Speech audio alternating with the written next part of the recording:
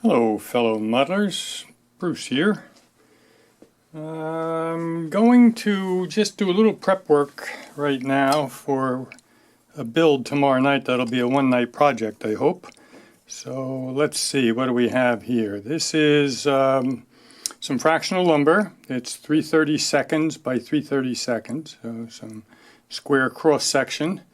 And in HO scale, that's just a little bit bigger than an 8x8. Not quite 8 1/4, but about 8.1 or thereabouts by 8.1, which should do fine for what I want to do. And these are 1/16 by 3/32. So the 3/32 is about, again, 8 inches, and the 1/16 is about 5.5 inches. So yeah, a plank about 5.5 inches thick by 8 inches wide, and I think that'll do for what I want to do. So I'll take that out, and I think that's the only wood I'm going to need. These 8x8s, the 3/32 square wood, I need to cut to 4.5 feet long. So I have in my little bucket here a bunch of pieces of wood that are labeled with how wide they are in HO scale or how long they are. This is 4.5 feet. Saves me a lot of time because I want to cut these all to 4.5 feet length. So I just put that into my chopper, squeeze it between the square there and the chopper itself, and I got my 4.5 feet. So that's all ready for when I want it. But first I am going to put some pretty aggressive wood grain on this wood. So here's my razor saw, fine blade, and I just run it twice, pressing pretty good because I want it to be pronounced on all four sides because they're all going to be visible in this application, whatever that is. And just take some of the fuzz off of it, some fine sandpaper. And now I'll start cutting. I need 12 of these, so I will start cutting. So to get a fairly decent cut, I just go a little bit on all four sides to begin the cut, and on the last one I press all the way down. There you go. That's one.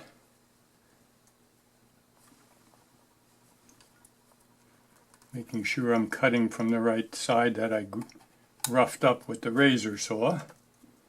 Hey, it's been known to happen that I started from the opposite side and had all smooth lumber when I thought I was going to have rough lumber. So, cut these up.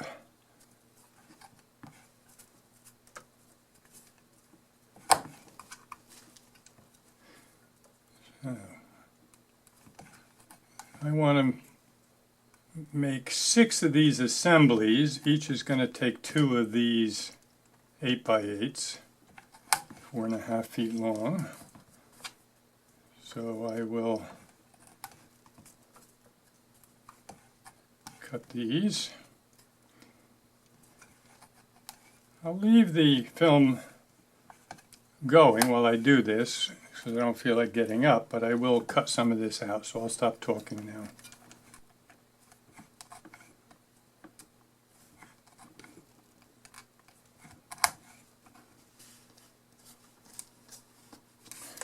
Okay, that takes care of that. So the 8x8s are cut to length. Here's my alcohol and India ink. This is a darker mix. It's 2 teaspoons to a pint of black India ink. 2 teaspoons of India ink to a pint of 91% isopropyl alcohol. I also always have a lighter mix of 1 teaspoon. So we'll just leave those in to get stained. And now I will take my 1/16 by 3/32, which is 5.5 by 8, and put some wood grain on that. And here I'm going to need to have a total of 18 of these. Again, I'll put grain on all four sides because with a 5-foot wide board you can see that grain. Alright, let's see. So, 3 of these for each assembly. But those are not going to be 4.5 inches. Those I want to have as wide as the railroad ties and commercial track. So I will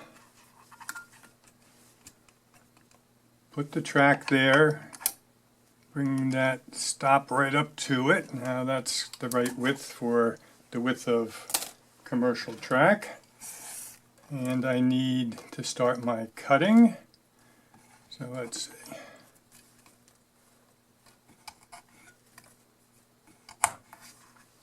Double check. Yep, that's good. So 18 of these. And again, I'm not going to talk through the whole thing, but I am indeed going to cut 18 of them. And then throw those into the stain. And after leaving them in the stain for 15 or 20 minutes, I'll take them out, put them onto some wax paper to dry, and then tomorrow night I'll have everything I need to do the assembly of these 6 items, and it'll be a good example of I'm going to call it a one-night project. I mean, I'm spending a little bit of time getting the stuff ready here, but it's negligible compared to the assembly of the items. And there's some nights when you get a late start and you don't have a lot of time, but you can do something like this that sets the way for a very productive night the next night.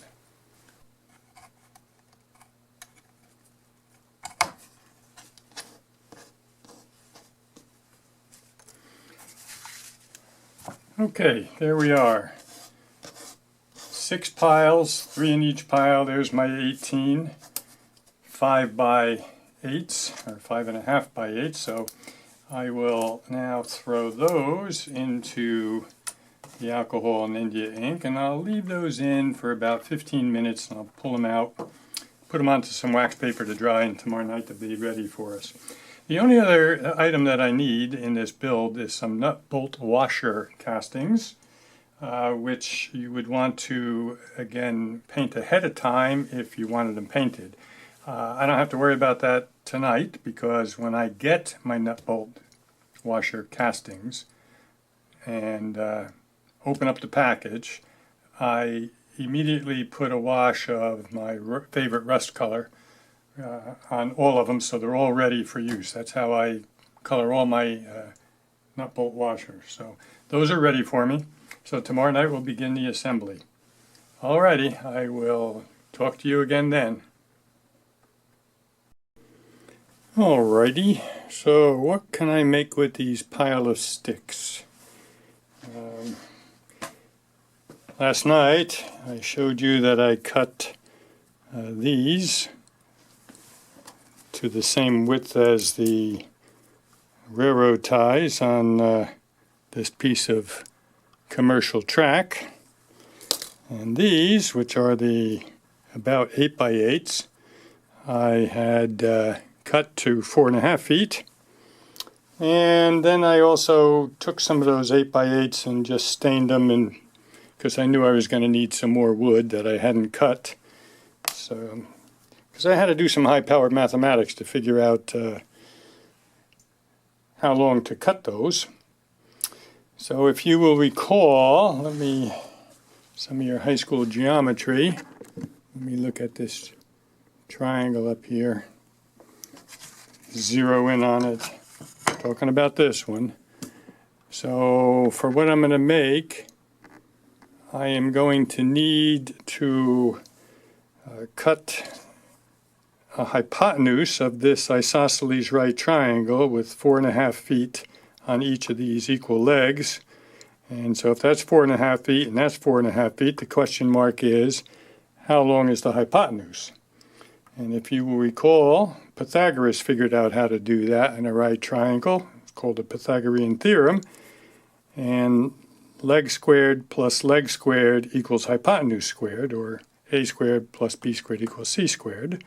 So if you square 4.5 and 4.5 and add those together and then take the square root, you get about 6.36.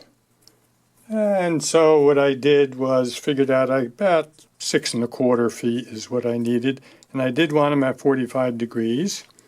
So I drew this triangle to make my cuts. This is 45, this is 45, and that's 6.25. And so I just come in to show you how I'm going to cut those. I need 12 of those, just like I needed 12 of those other 8x8s. So if you use your chopper to cut one 45-degree angle at the end and lay it right along the bottom of that, along the hypotenuse of that right triangle. Get your razor blade, lay it on this extended leg here, and cut it. You now have a piece that has 45-degree angle on each end, and at its longest is 6.25. And so for right now, I'm just going to cut 6 of these, and I'll cut the other 6 later, and you will see why I am doing it in batches of 6 in a minute.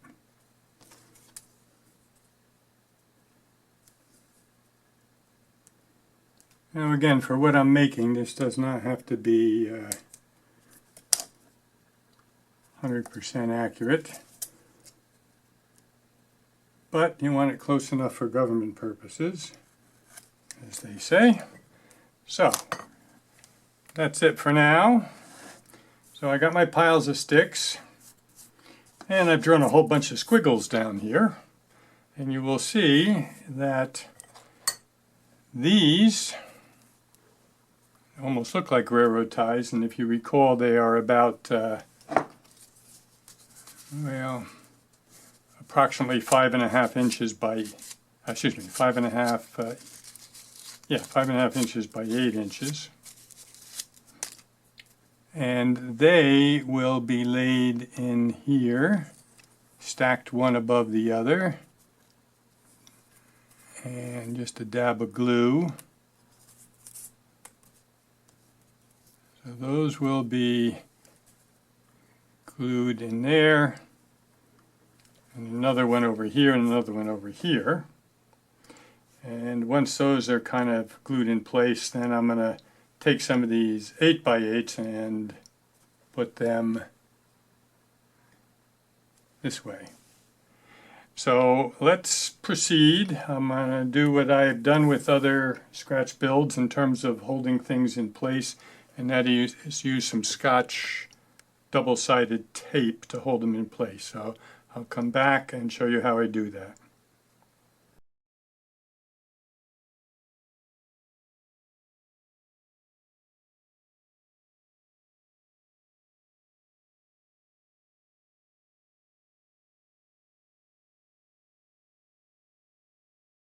Okay, sorry about that phone call. I am giving a couple clinics in a month or so, and it was just a call about those, so I needed to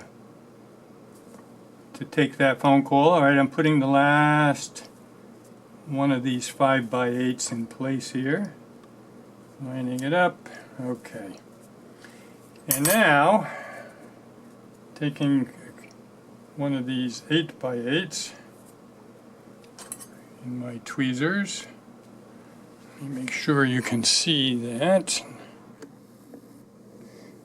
Okay, I am going to put a little glue on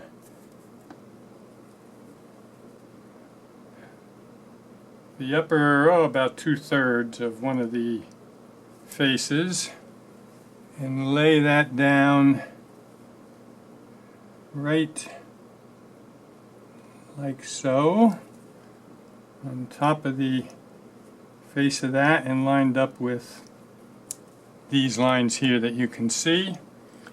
And I will do a couple of things just to make sure everything's good. I want it flush with the top, and I will just make sure that it is perpendicular to that.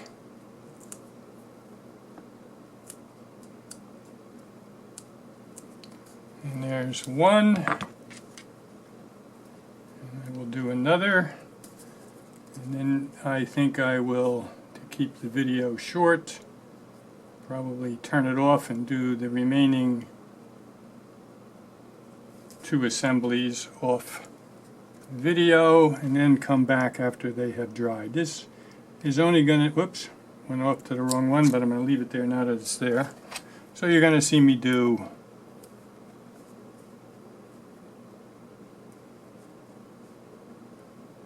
one and a half of those.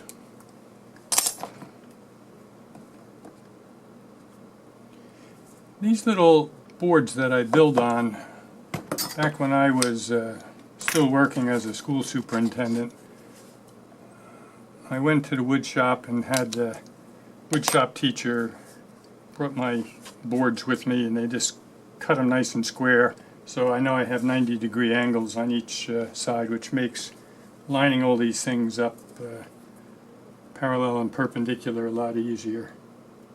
And most of those teachers from the shop have now retired too.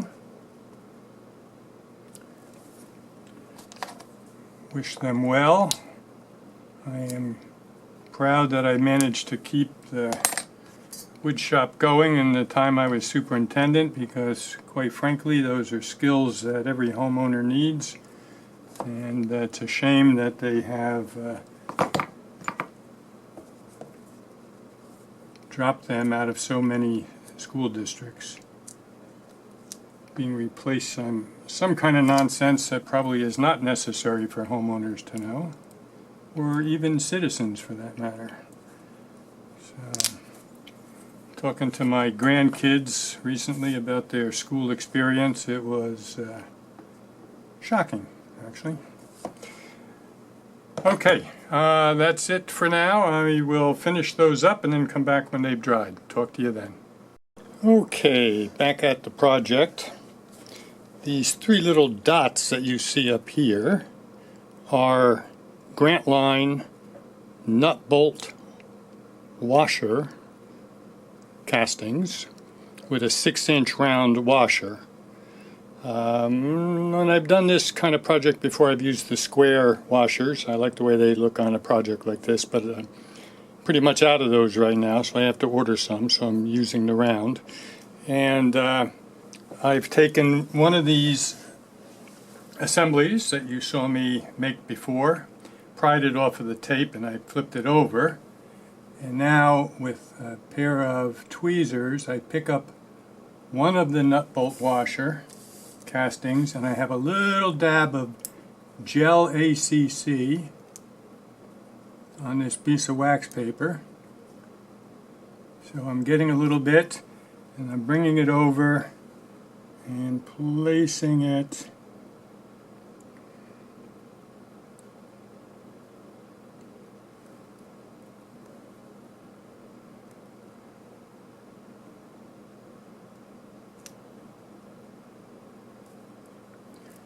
pain in the neck little things they are, I'll tell you. if you leave the tail on, then you got to drill a hole,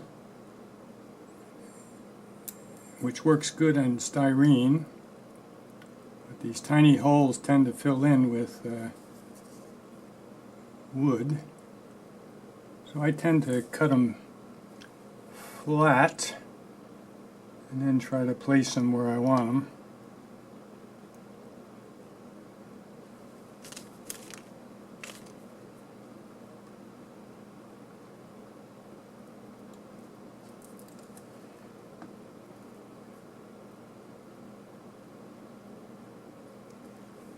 There's one. I need to do the other two. Certainly not going to have you watch me do all of these, but you get the idea. What you're doing is putting one nut bolt washer, actually it's a nut and a washer,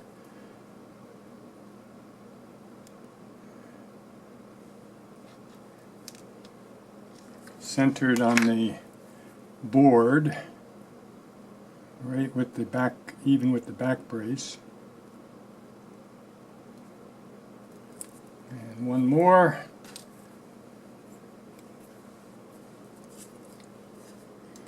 So these are, examples. This is a good example actually of a one night project. That actually, if you came home from work and cut and stained the wood and then had supper while you were having supper, that's, if you're staining with alcohol and India ink, that will be dry by the time you're done with supper. And then you come downstairs after supper and you can assemble a mess of these things.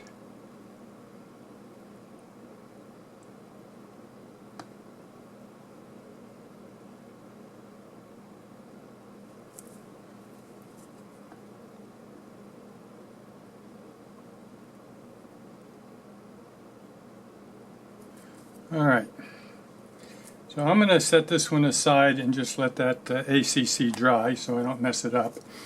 And what I'm going to do is pry the other two of these up. And by now you're probably guessing what these are. So, as you know, I have a two-deck layout, and the top deck is the bottom deck is transition error Jersey Highlands Railroad, and there, if I have a stub end siding and I want to have a bumper at the end, I can use the all familiar bumper that's made out of used rail. But on the upper deck, which is older times,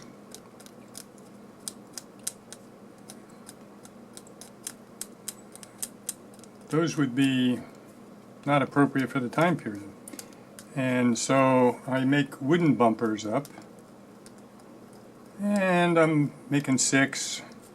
I have need immediately for 2, but they're going to look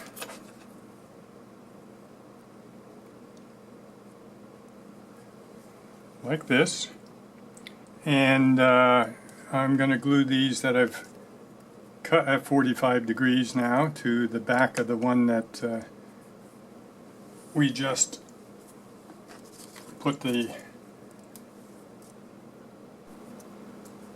nut and washer on. And if you picture a piece of track, if we did our job right, these will fit on the inside of the track like that. So let me zero in here a little bit and you'll see it in place. And there you go. I will, once it's all dry, probably dab on a little more A&I, darken up that one light board that you see in the middle there. But there it goes. And if you want to see it from a side view.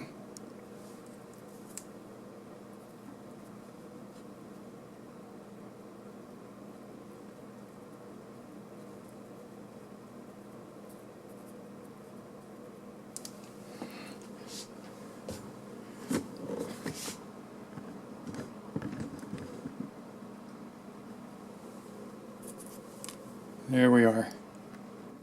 Okay, so a nice one-night project. Just scratch build them. You don't have to go searching on the internet to try to buy them. Easy enough project. Alright, that'll be it for now. I will finish up now with the two other ones that I have already glued, this one and this one. Get the nut washer assemblies on them, put the 45-degree angle on the back, and continue on. So as always, if you enjoyed the video, give it a thumbs up, and if you have not already done so, please subscribe to the channel, and we'll talk to you again soon. So take care.